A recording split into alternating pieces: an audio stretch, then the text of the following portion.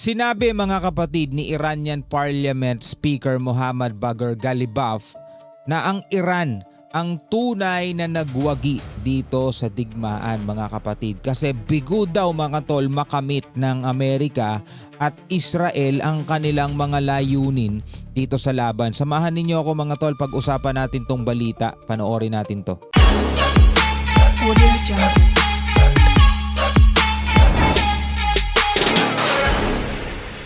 Alright, magandang araw sa inyong lahat. Welcome ulit sa ating bagong video reaction, review, commentary, opinion, criticism at kung ano-ano pa. Habang maulan sa labas mga tol, samahan nyo muna ako rito. Pag-usapan natin itong balita mula rito sa UNTV News and Rescue. Pero baka bago ka pa lamang dito sa ating YouTube channel, huwag mo kalimutan mag-subscribe. Click mo na rin ang notification bell para ma-notify ka pag may mga bago tayong reaction video tulad nito. So sabi rito mga kapatid sa balita, bigo ang Amerika at ang Israel sa kanilang totoong layunin o sa kanilang mga layunin sa laban kontra Iran. At ang Iran, umano, ang tunay na nagwagi. Yan ay ayon mismo kay Ghalibaf. Panoorin natin to mga tol, bigyan natin ng komento. Sabi niya, I say with all my heart that we won. We won this war. Sabi niya ganun, no? Buong puso niyang sinasabi na ang Iran ang nagwagi dito sa gera. Sabi niya ganun. ما در این جنگ در بعد نظامی و در بعد سیاسی Its military and political dimensions in the true sense of the word. به معنای واقعی خودش پیروز شد. Sa isang pambihirang pagkakataon, mariing ipinahayag ni Iran Parliament Speaker Bagher Ghalibaf na sa laban ay walang ibang panalo kundi ang Iran, mapamilitar man o mapapolitika. Mapapolitika o mapamilitar mga tol. Iran ang nagwagi. Yun ang sinasabi rito ni Mohammad Bagher Ghalibaf. Anya hindi man nagapi ng Iran ang pwersang militar ng Amerika. Wala kahit isa sa mga layunin ng Amerika at Israel ang kanilang nakuha o napagtagumpayan. Ito aniya ay malinaw na tanda ng kanilang pagkatalo.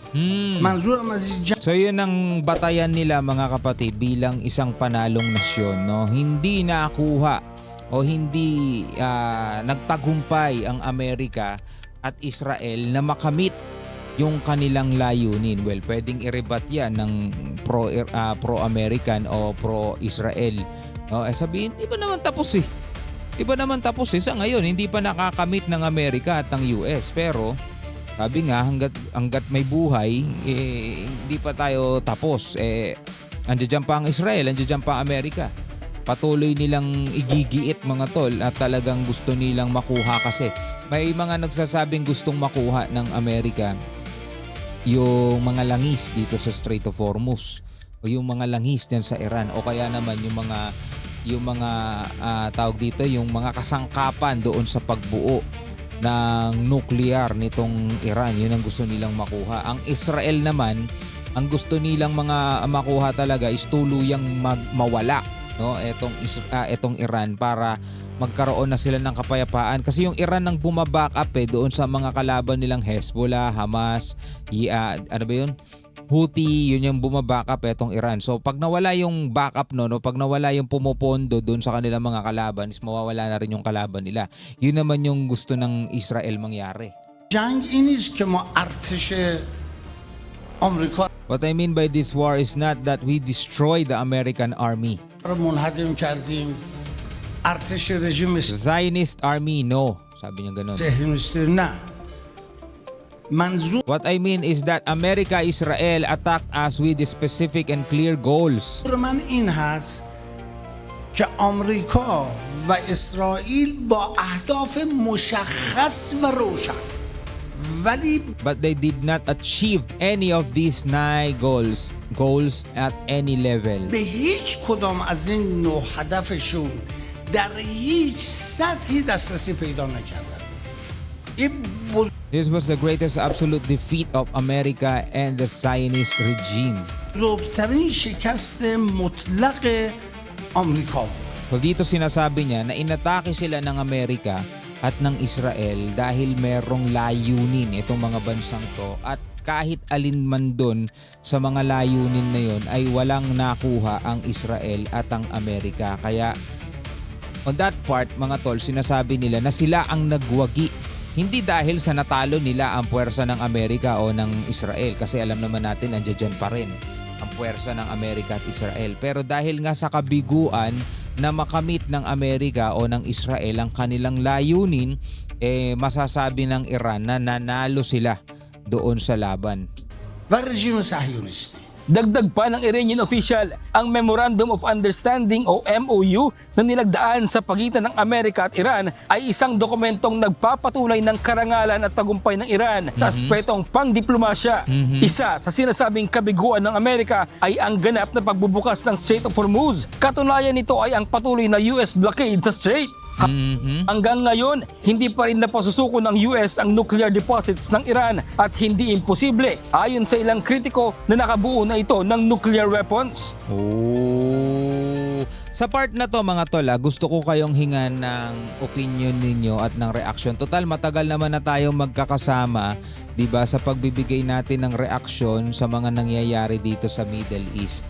No? Sa tingin niyo ba, mga kapatid, is may matibay na batayan ang Iran para doon sa sinasabi nilang sila ang nagwagi dito sa Strait of Hormuz? At para naman sa mga maka-Amerika, sa tingin ba ninyo talagang nagapi ng Amerika itong Iran tulad din ng sinasabi ni US President Donald Trump? Gayong hindi pa rin nila talaga masabing, bagamat sinasabi nila, diba? Sinasabi ng Amerika na full control nila itong Strait of Hormuz, pero nakikita natin, mga tol, ayon din sa mga datos, is napakaunti pa rin ang nakakadaan dito sa Strait of Hormuz. Unlike daw before nung wala pang gera, is nasa almost higit 100 mga barko ang dumadaan dyan sa Strait of Hormuz araw-araw.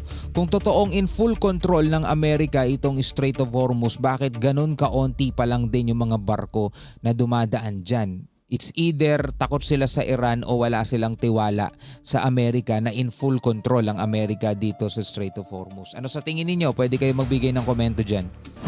Sa impormasyong inihayag ni dating US Congressman Marjorie Taylor Greene, Eto na, yung pinag-usapan natin kanina. Usapan umano ngayon sa isang strategy meeting ng mga US officials kung paano pabababain ang nuclear threshold na isinasaad ng batas upang makamit ng nuclear warhead ang US laban sa Iran. Ito ay kahit makailang ulit nang sinabi ni Trump na panalo na ang Amerika sa gyera. At sa kanyang pinakahuling talumpati, sinabi ni Trump na posible niyang ideklarang teritoryo ng Amerika ang Strait of Hormuz. Ito ay dahil badly defeated na umano ang Iran. Yun ay sabi ni Trump. Again, mga kapatid, yan ay sabi ni Trump. Badly defeated at posibleng ideklara ng Amerika bilang teritoryo nila itong Strait of Hormuz. Subalit, mga tol, nakita natin nakakatindig pa rin ang Iran at whenever na umaatake ang Amerika is hindi pwedeng walang balik ang Iran. Kaya dito, mga tol, pinapakita ko sa inyo dito sa ating reaction video na wala tayong pinapanigan dito, no? Iran man yan o Amerika, wala tayong pinapanigan dahil tinitingnan natin kung ano yung mga nangyayari. Kung ako tatanungin, mas maganda talaga magkaayos na lang sila. Diba? Sana wala nang mga nangyayaring gera dyan. Pero for the sake of conversation natin, syempre, para meron tayong mapag-usapan, pareho sila na sinasabing panalo sila, pareho silang sinasabing nagwagi sila. Pero kung titignan natin, mga tol, parang pareho pa rin silang wala nandun pa rin sila dun sa position na yun kasi hindi pa naman tapos ang Amerika. Meron pa silang puwersa at anytime pwede pa rin silang umatake sa Iran. At ganun din naman ng Iran. Hindi pa rin naman talaga napapa-atras nila ang Amerika at napapabalik doon sa kanilang pinagmulan. At nadyan pa rin yung American blockade o yung US blockade. Kaya paano nila masasabing panalo na sila, di ba? Kung anytime is pwede pa rin silang atakihin ng Amerika. Kumbaga nandiyan pa rin sila, hindi pa rin tapos Di ba? At hanggat hindi pa tapos ang boxing, wala pa rin idedeklarang panalo, di ba? Puro mga self-proclaim pa lang yung mga ginagawa nila. And after we finish Self-proclamation. defeating Iran, which is, and after we finish defeating Iran, which is being very badly defeated, Eto matindi dyan. Baka abutan pa si Trump ng pagbaba niya sa pwesto ay hindi pa rin natatapos etong gera sa Iran. Ibig sabihin, hindi pa rin nakamit ni Trump yung kanyang pagtatagumpay. Kasi ano lang yan it's either sumuko o talagang mabura. Katulad na lang halimbawa nung World War II, di ba sumuko ang Japan? 'Diba? So doon masasabi talaga nating panalo sila. Kapag sumuko ang Iran o kaya mag-agree ang Iran sa lahat ng demand ng Amerika doon sa kanilang negotiation, masasabi nating panalo Amerika dito. Isinuko na ng Iran lahat ng yung hinihingi ng Amerika o panalo na ang Amerika dito. Pero hanggat na ikipagmatigasan ng Iran sa negosasyon yan, no, hindi man sila magtagumpay sa military, pero pag talagang nahirapan pa rin ng Amerika na makuha nila lahat ng gusto nila dito sa Iran, hindi pa rin masasabing nanalo sila. Pretty soon I'll be declaring the Hormuz Strait a territory of the United States. Essentially, that's what we have the blockade. Pero ayon kay Green, mismong si Trump pa ngayon ang tila nagsusulong ng isang nuclear holocaust Nako, na posibleng maglagay sa mundo sa isang malaking gulo at magdulot ng mas mabigat na kahirapan sa buong mundo. yan ay ayon mismo rito kay former US Congresswoman na si Marjorie Taylor Greene. Si Trump pa daw ngayon ang nagsusulong na gumamit, sabi nga nun, Trump promised no more foreign wars but may actually be the one who delivers a nuclear holocaust that would likely drag the entire world into major conflict. Sabing ganon nito ni Green. Nanawagan ito sa lahat ng bansa na maging aktibo upang mapigilan ang binabalak na ito ng Amerika. Bradley Rub. Alright mga kapatid, malinaw na napag-uusapan natin ngayon to, pero syempre hindi pa rin tayo magsasabi na para sa akin panalo Amerika, para sa akin panalo ang Iran. Kasi, 'di ba? Andiyan pa rin sila pareho eh. Paano natin idideklarang may nanalo na at paano natin idideklarang may natalo na kung pareho pa rin silang, 'di ba, nag-aangasan sa isa't isa? Wala pa mga tol. Andiyan. Actually, kung titingnan nga natin mga tol, wala pa talaga sila dun sa kalagitnaan kasi marami pang pwedeng mangyari. Pero hindi natin hinahangad ulitin ko. Gusto ko lang i-clarify, wala tayong hinahangad na sana maging ganito, sana maging ganyan.